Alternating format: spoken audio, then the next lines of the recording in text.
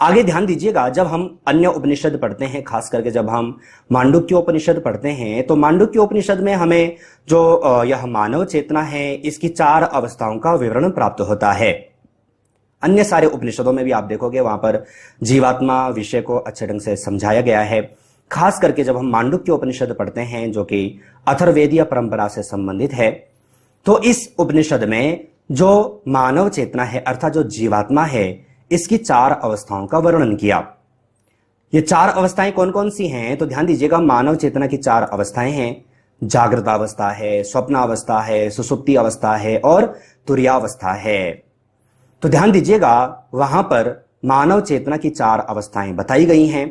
एक है जागृत अवस्था, दूसरी है स्वप्नावस्था, तीसरी है सुसुप्ति अवस्था और चौथी है तुरीयावस्था। अब हम सबको यहां पर थोड़ा सा डिटेल में यहां पर जान लेते हैं। प्रथम है जागृत अवस्था, जिसमें कि हम जागृत हैं। कहा कि इस अवस्था में जीवात्मा क्या है? विश्व कहलाता है। वह बाह्येंद्रियों द्वारा विषयों का भोग करता है।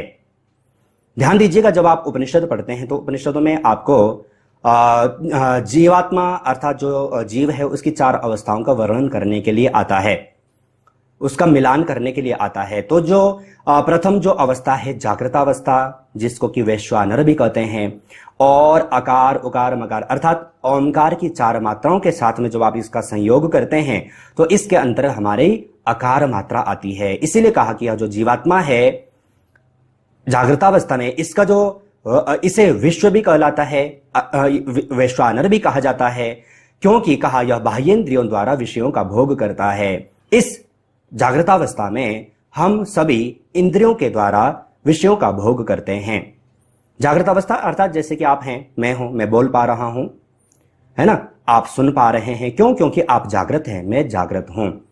इस अवस्था को यहां पर वैश्वानर कहा अर्थात ओंकार की प्रथम मात्रा यानी कि आकार कहा है। दूसरी अवस्था देखें तो वह है स्वप्नावस्था। कहा इस अवस्था में जीवात्मा तेजस कहा जाता है। वह आंतरिक सूक्ष्म वस्तुओं को जानता और उनका उपभोग करता है। स्वप्नावस्था अर्थात जिस अवस्था में हम स्वप्न देखते हैं, तो हम न जागृत अवस्था में रहते हैं न हम नींद में रहते हैं। बीच की जो अवस्था है जिसमें कि हम स्वप्न देखते हैं, तो वह है स्वप्नावस्था। कहा इसमें जो जीवात्मा है इसे तेजस कहा जाता है और वह आंतरिक सूक्ष्म वस्तुओं को इसमें जानता और उनका भोग करता है। जो हमारे जो चित्त में जो बसे हुए हैं, जो संस्कार बसे हुए हैं, उनका हमें पुनरुत्थान होता है, यानी कि हम उनको याद करते हैं, यानी कि वो स्वप्न के रूप में हमें दिखाई देते हैं। और इसमें जब हम ओंकार की मात्रा, ओंकार की 4 मात्राओं का जब हम मिलान करते हैं तो इसमें उकार मात्रा आती है। उसी प्रकार से तीसरी जो अवस्था है वह है सुसुप्तावस्था।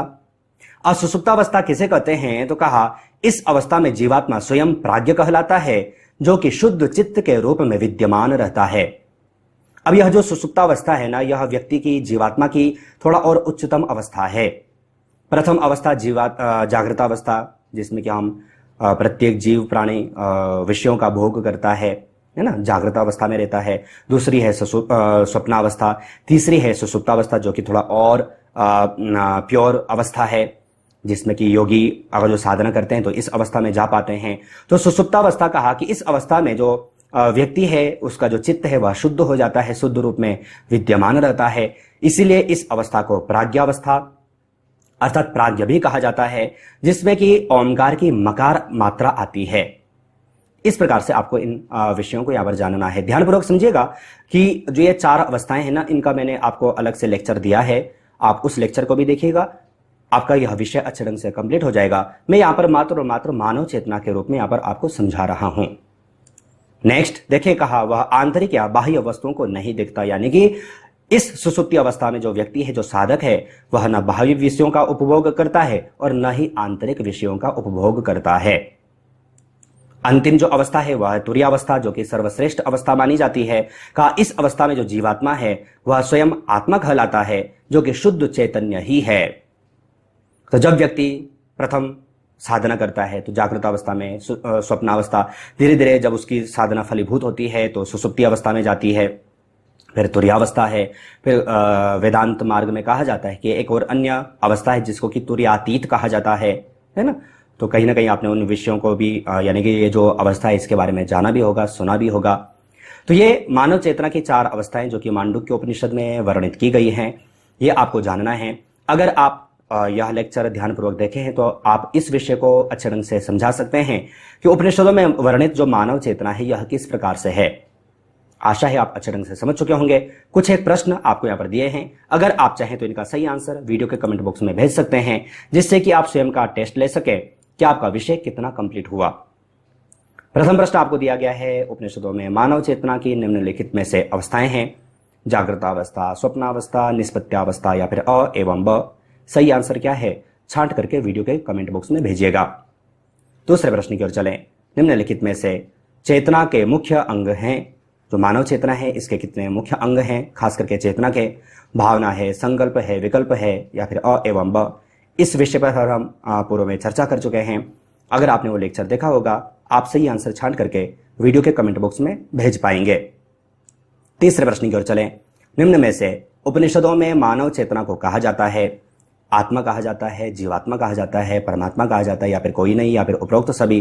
तो सही आंसर क्या है, छांट करके वीडियो के कमेंट बॉक्स में भेजिएगा। साथ ही आपको बता दें कि आप योगा एजुकेशन हब एप्लीकेशन पर जाएंगे तो आपको कई सारे कोर्स, कई सारे बुक्स वहां पर आपको मिल जाएंगे।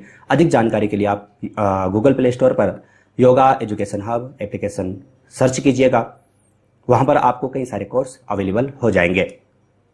चौथे प्रश्न की ओर चले। किस उपनिषद के अनुसार उपनिषदों की संख्या 108 मानी गई है? मुंडकोपनिषद, मांडुक्योपनिषद, मुक्तिकोपनिषद, कठोपनिषद? सही आंसर क्या है, छांट करके वीडियो के कमेंट बॉक्स में भेजिएगा। आशा है यह लेक्चर आपके लिए यूजफुल रहा हो। अगर यूजफुल था तो आप वीडियो को लाइक जरूर कीजिएगा। इस लेक्चर में इतना ही। अन्य लेक्चर्स के साथ आप सभी से पुनः मुलाकात होगी, लेकिन तब तक आप अपना और अपनी फैमिली का बहुत ख्याल रखिएगा। बाय।